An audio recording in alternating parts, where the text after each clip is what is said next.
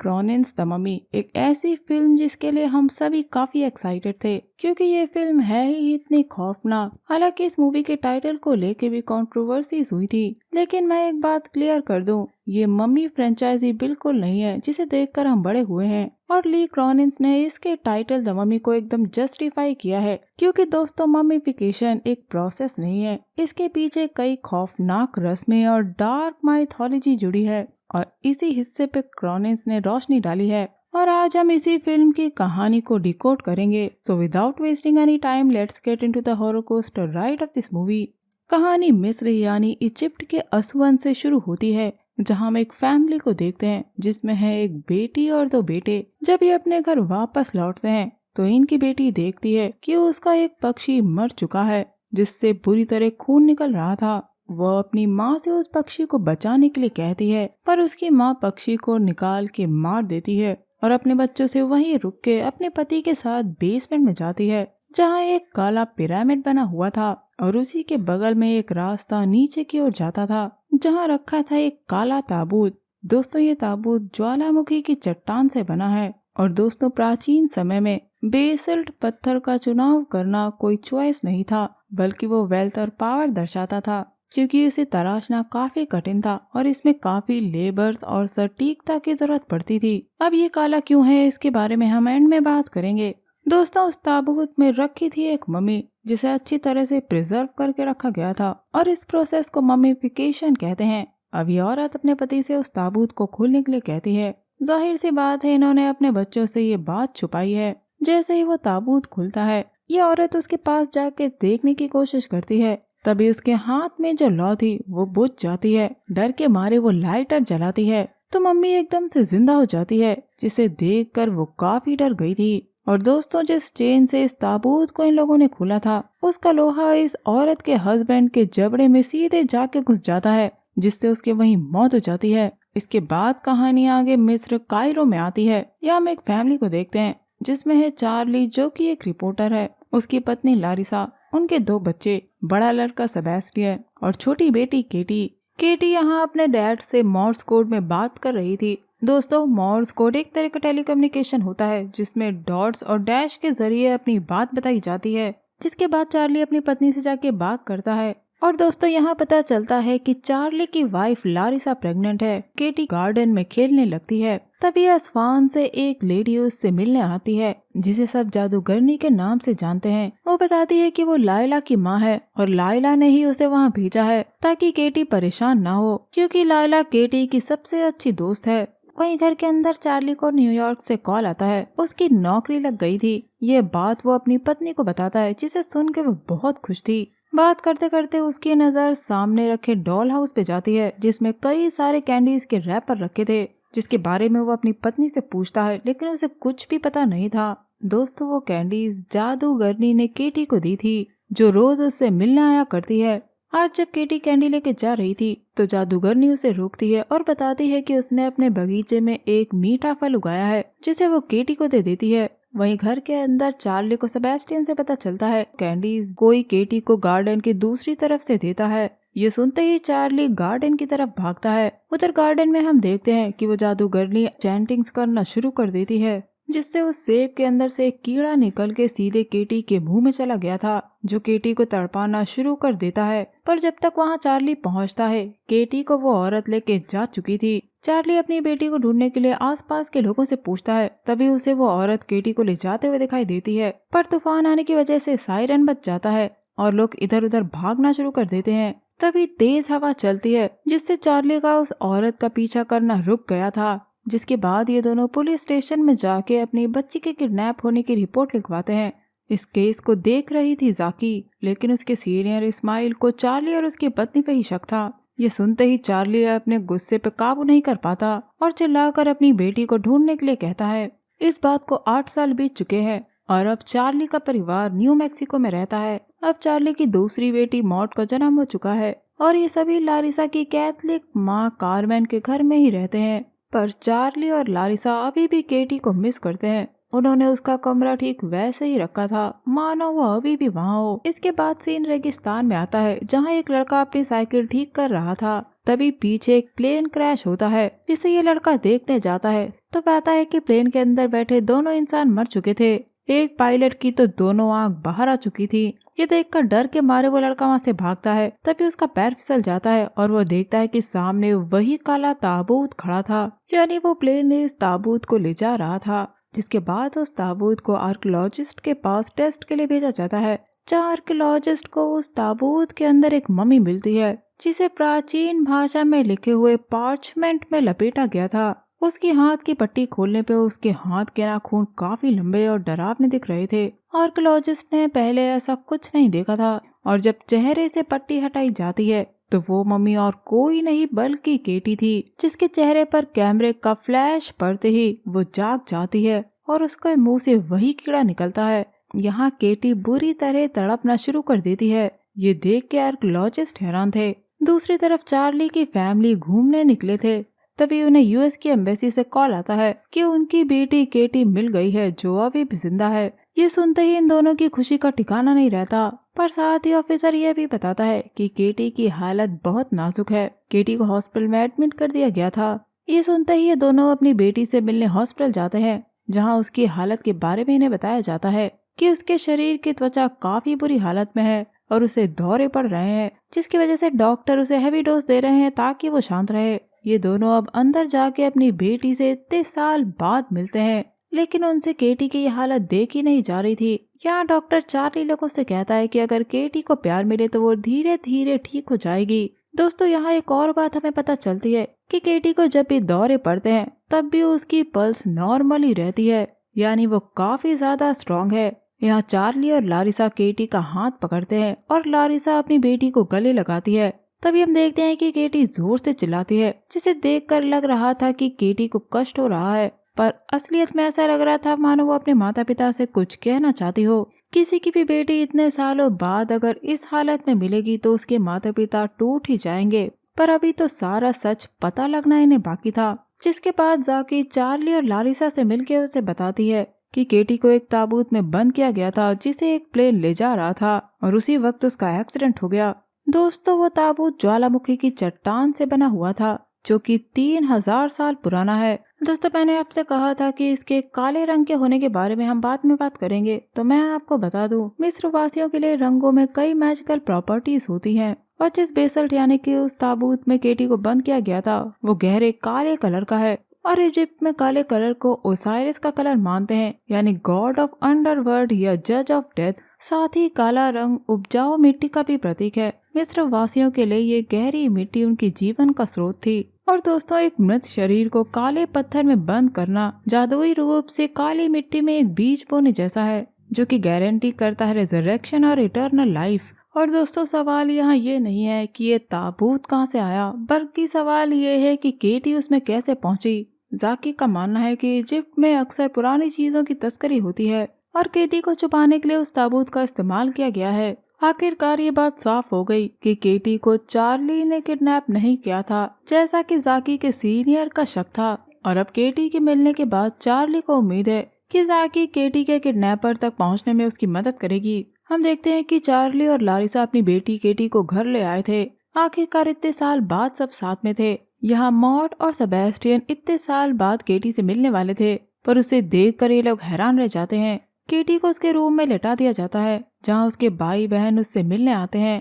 यहाँ उसकी बहन उसके बारे में बात करती है कि वो भी उसी की तरह है। वहीं लारिसा सेबेस्टियन को समझा रही थी कि वो अपनी बहन से कुछ तो कहे, पर दोस्तों, केट का ध्यान उनकी बातों पे नहीं बल्कि अपनी नानी पर था, जो उसके पास बैठ के प्रेयर कर रही थी। और प्रेयर पढ़ने के बाद जैसे ही वो उसके माथे पर चूमती है, केटी अपनी नानी को सर से जोर से मार के गिरा देती है। उसकी नानी के सर से खून आने लगा था और अब केटी का शरीर उल्टा होकर हवा में आधा उड़ रहा था। उसके अंदर जो भी था वो उसे तड़पाना शुरू कर देता है। उसे शांत रखने के लिए चार्ली और लारिसा उसे इंजेक्शन दे देते हैं, जिससे केटी शांत हो जाती है।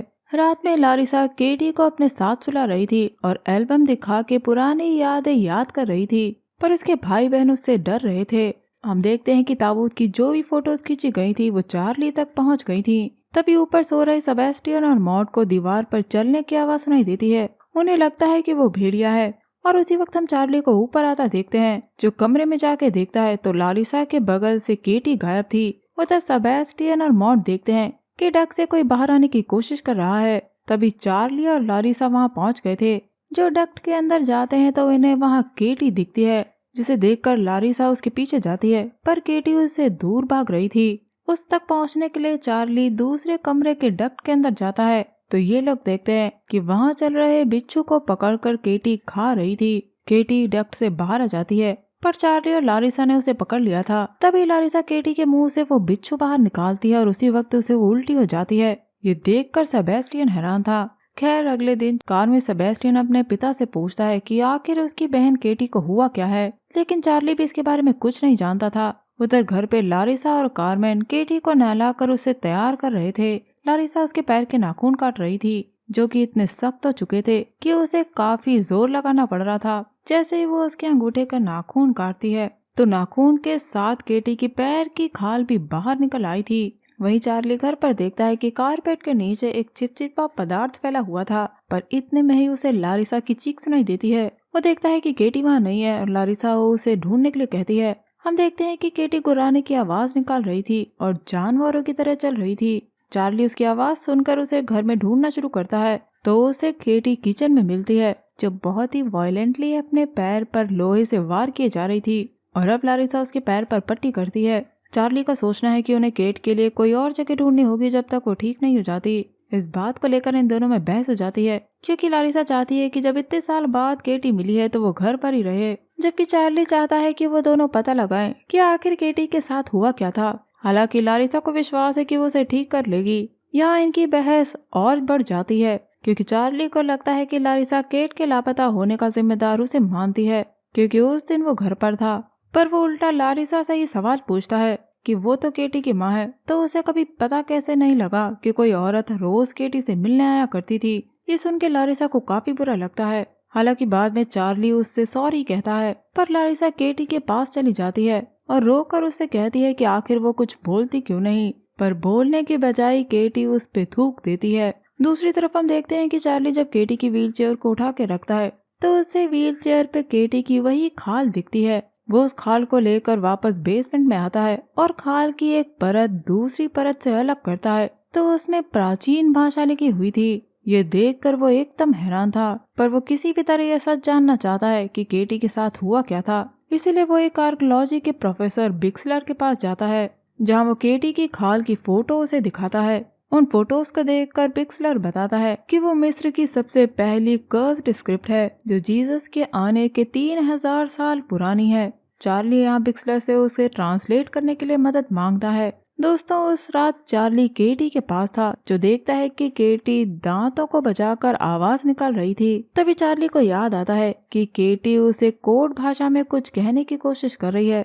जैसा कि वो बचपन में किया करती थी। अब उस कोड को चार्ली एक पेपर पे लिखना शुरू करता है और उसे ट्रांसलेट करता है तो उसे एक नाम पता चलता है, जो था लायला। जिसके बाद वो जाकी को कॉल करके बताता है कि उसे एक नाम लायला मिला है, पर इस नाम की इजिप्ट में कई लड़कियां होंगी। चार्ली जाकी की मदद से जानना चाहता है कि लायला के साथ आखिर हुआ क्या था, और यहाँ जाकी चार्ली से एक बहुत इम्पोर्टेंट सवाल पूछती है कि क्या केटी के गुम होने के बाद किसी लायला नाम की औरत ने उससे कांटेक्ट किया था। तब चार्ली को वो सारे ग्रीटिंग कार्ड्स और पोस्ट कार्ड याद आते हैं जो लायला के गुम होने के बाद उनके पास आए थे, और उन्हीं कार्ड्स में वो लायला का नाम ढूंढने लगता है। उसी समय हम घर पे देखते हैं कि मॉड को बाथरूम जाना था, पर बीच में केटी का रूम पड़ता था, इसीलिए वो डरते हुए बाथरूम जाती है। पर जब वो वापस आती है तो सुनती है कि केटी गाना गा रही थी। मॉड कान लगाकर केटी की बात सुन रही थी और केटी कह रही थी कि वह मॉड को जानना चाहती है, और एकदम से ही वो कहती है कि वो केटी को टेस्ट करना चाहती है।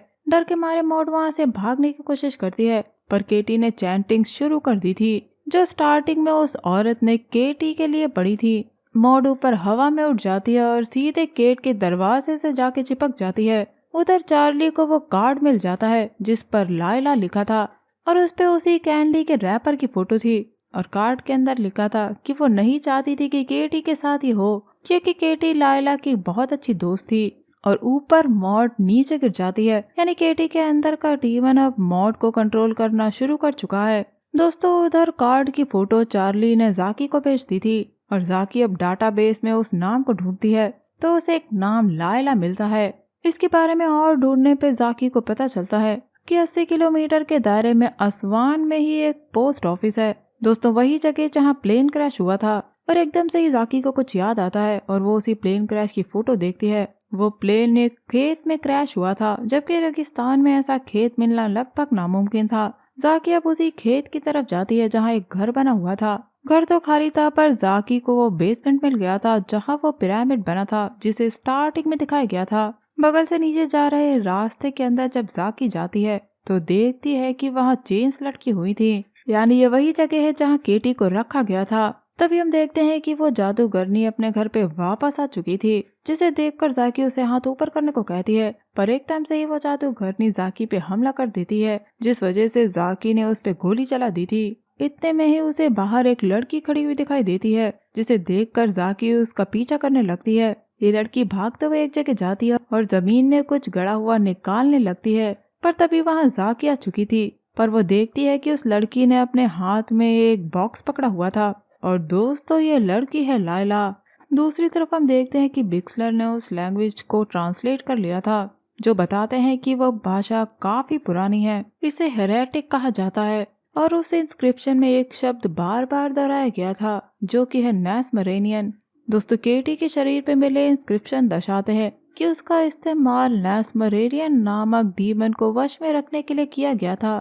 ये वो डीमन है जो क्राइस्ट से पहले अस्तित्व में था, एक प्राचीन डीमन जो परिवार और कम्युनिटीज को नष्ट करता है, जिसे मम्मीफिकेशन करके वश में रखा जाता है, जिसमें स्क्रिप्चर्स को त्वचा में समाहित कर दिया जाता है। और जैसे जैसे उन स्क्रिप्चर्स को हटाया जाएगा, नेस्मरेनियन और ज्यादा पावरफुल होता जाता है। 2000 बीसी के आसपास नेस्मरेनियन का कोई भी विक्टिम नहीं मिला, और ऐसा कहा जाता है कि मम्मीफिकेशन से उसे कैद कर दिया गया है। दूसरी तरफ हम स्कूल में देखते हैं कि केट अपनी बहन मॉड को कंट्रोल कर रही थी, जिस वजह से मॉड अपने टीचर को अपशब्द कह देती है, और कार में घर लौटते वक्त भी वो अपने भाई से बदतमीजी से बात कर रही थी। जिसके बाद हम देखते हैं कि घर में लारिसा केटी को नहलाने के लिए टब में पानी भर रही थी, जो कि काला हो गया था।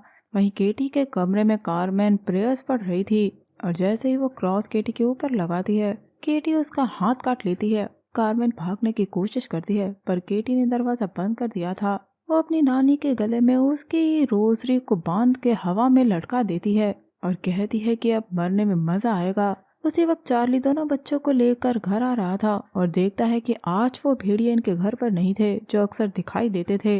तभी ऊपर केटी कारमैन को खिड़की से बाहर फेंक देती है, जो सीधे चार्ली की कार पे आकर गिरती है, जिसे देख के मॉड हंस रही थी। पर चार्ली दरवाजा खोलकर उसकी मदद कर पाता उससे पहले ही भेड़िया आके कारमैन को नोच नोच कर खा लेते हैं। और ये सब लारिसा ने भी ऊपर से देखा था। अब इसके बाद नानी का फ्यूनरल होता है, जहाँ लोग बात कर रहे थे कि उसका मरना कोई एक्सीडेंट नहीं है। लारिसा अपनी माँ की मौत के बाद काफी टूट गई थी, इसीलिए सेबेस्टियन चार्ली को लारिसा को कंसोल करने को कहता है और खुद केटी के कमरे के बाहर पहरा दे रहा था।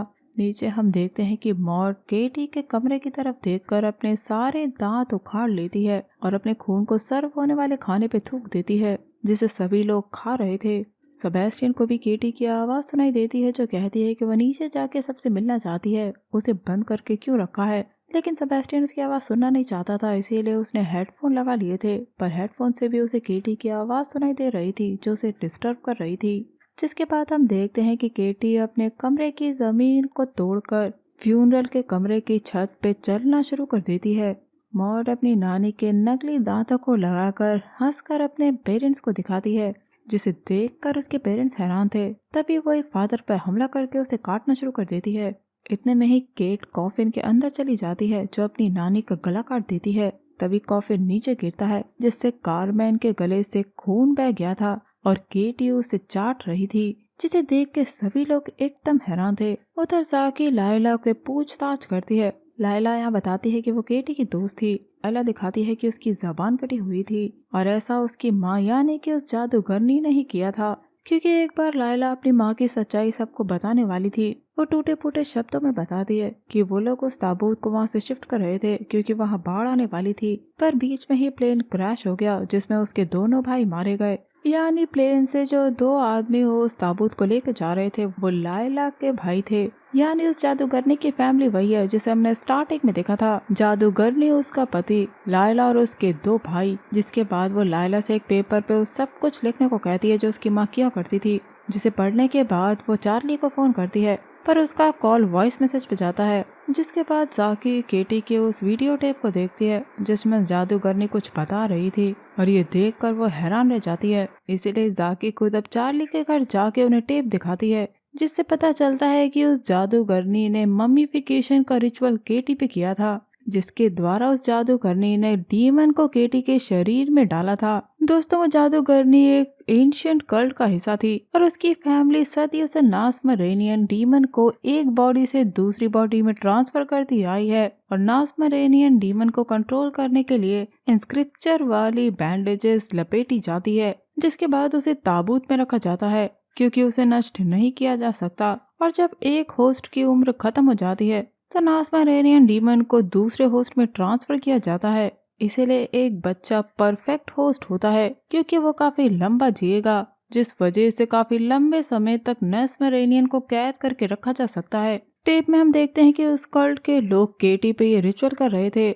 जहाँ नासमरेनियन एक ब्लैक लिक्विड के जरिए केटी के मुंह के अंदर चला जाता है, और इसी वजह से जादूगरनी ने केटी को चुना था। लेकिन जब ये लोग केटी के उस ताबूत को ट्रांसफर कर रहे थे तो प्लेन क्रैश हो गया और केटी को ये लोग घर ले आए, जिससे होस्ट अब इस दुनिया में घूम रहा है। और क्योंकि उस जादूगरनी की फैमिली ने नासमरेनियन डीमन को मम्मीफिकेशन रिचुअल करके एक बॉडी में कैद कर लिया था, इसी वजह से उसके विक्टिम्स दिखना बंद हो गए थे। ये टेप देख के चार्ली और लारिसा एकदम शॉक्ड थे। चार्ली तो एक जगह जम सा गया था। हम देखते हैं कि केटी ने सेबेस्टियन को अपने वश में कर लिया था, जो अपना सिर बार बार मारे जा रहा था। वो केटी के कमरे का लॉक खोलता है और उसके शरीर में इंस्क्रिप्चर्स हटाने लगता है, और वो इंस्क्रिप्चर्स हटने के बाद नासमरेनियन बाहर आ गया था। यहाँ हम केटी को हवा में देखते हैं। दोस्तों, ये नासमरेनियन डीमन इतना पावरफुल था कि उसने मॉडर सेबेस्टियन को ही अपने वश में करके नहीं रखा था, बल्कि मरी हुई नानी भी रीएनिमेट हो गई थी। नासमरेनियन के वश में आके सेबेस्टियन अपनी माँ को मारने के लिए भागता है, और इधर नानी अपने मुंह से एक बिच्छू निकाल के जाकी के मुंह में डाल देती है। वो बिच्छू जाकी के गले में छेद करके बाहर निकलता है, लेकिन जाकी ने किसी तरह उसे बाहर निकाल दिया था। उधर केटी अपने पिता से लड़ रही थी, वो उसे बुरी तरह काटना शुरू कर देती है। उधर लारिसा छुपकर सेबेस्टियन पे वार कर देती है, जिसके बाद हम देखते हैं कि केटी के अंदर का नासमरेनियन चार्ली से कहता है कि अब वो ही केटी का डैड है। ये सुनते ही चार्ली अपनी बेटी केटी को गले लगा लेता है और इशारे में जाकी से कहता है कि उस टेप में बोली गई चैंटिंग्स को वो पढ़ना शुरू करे। हालांकि जाकी के गले में छेद होने की वजह से उसे बोलने में तकलीफ हो रही थी, पर वो अपने गले को उंगली से दबा के चैंटिंग्स शुरू करती है, और अब नासमरेनियन केटी से निकल के चार्ली में ट्रांसफर हो जाता है। अपनी बेटी केटी को बचाने के लिए चार्ली ने नासमरेनियन को अपने शरीर में कैद कर लिया था। केटी अब नॉर्मल हो गई थी, जो अपनी माँ को पुकारती है, और उसका हाथ उसके डैड के हाथ पे था। जिसके बाद हम देखते हैं कि चार्ली को उसी ताबूत में कैद कर लिया गया था। केटी नॉर्मल हो चुकी थी, वो अपने डैड के ताबूत के पास उसी कोड वर्ड में बात कर रही थी। वो अपनी माँ को बताती है कि उसका डैड कह रहा है कि वो उनसे बहुत प्यार करता है। जिसके बाद हम देखते हैं कि जाकी के पास लारिसा का कॉल आता है, और सीन कट होके सीधे उसी जादूगरनी पे जाता है जो कि जेल में लेटी हुई थी। हाँ दोस्तों, वो जादूगरनी मरी नहीं थी, सिर्फ घायल हो गई थी, जिसकी मरहम पट्टी करने के लिए वहाँ एक नर्स आती है, और ये नर्स थी लारिसा, जो उसे बेहोशी का इंजेक्शन लगा देती है। उसी समय जाकी पजेस्ड चार्ली को अंदर लाती है और वही चैंटिंग्स चैंट करना शुरू कर देती है, जो जादूगरनी के अंदर नासमरेनियन को ट्रांसफर कर देगा और चार्ली उससे मुक्त हो जाएगा। तो दोस्तों, मैं आपको बता दूं कि जिस नासमरेनियन डीमन को इस मूवी में दिखाया गया है वो असली में एग्जिस्ट नहीं करता है। ये एक फिक्शनल डीमन है जिसे मूवी में डाला गया है। दोस्तों, आपको याद होगा वो सीन जब जादूगरनी केटी को एकदम से ही वो चैंटिंग करके उसे वश में कर लेती है। उसी समय घर के अंदर जब उसका भाई टीवी देख रहा होता है तो उस कार्टून में भी आदमी का मास्क उतारा जाता है, जो जादूगरनी की पर्सनालिटी को दर्शाता है। साथ ही आप देखेंगे कि लारिसा जब टब में पानी भर रही होती है तो पानी एकदम से काला आने लगता है, यानी नासमरेनियन ने सब कुछ अपने कंट्रोल में कर लिया था। और दोस्तों एक चीज मैंने और गौर करी कि जब भी केटी की नानी प्रेयर्स पढ़ती थी तो केटी उससे डरती नहीं थी, बल्कि उन प्रेयर्स का केटी पे कोई असर नहीं होता था, बल्कि वो केटी को और गुस्सा दिलाती थी। दोस्तों ये थी कहानी द मम्मी की। उम्मीद करती हूँ आपको ये वीडियो पसंद आया होगा। अगर हाँ तो मुझे लाइक, शेयर और कमेंट के जरिए जरूर बताइएगा। मैं मिलूंगी आपसे अगले वीडियो में, तब तक के लिए अपना बहुत ख्याल रखिए। Stay safe, keep hunting, lots of love.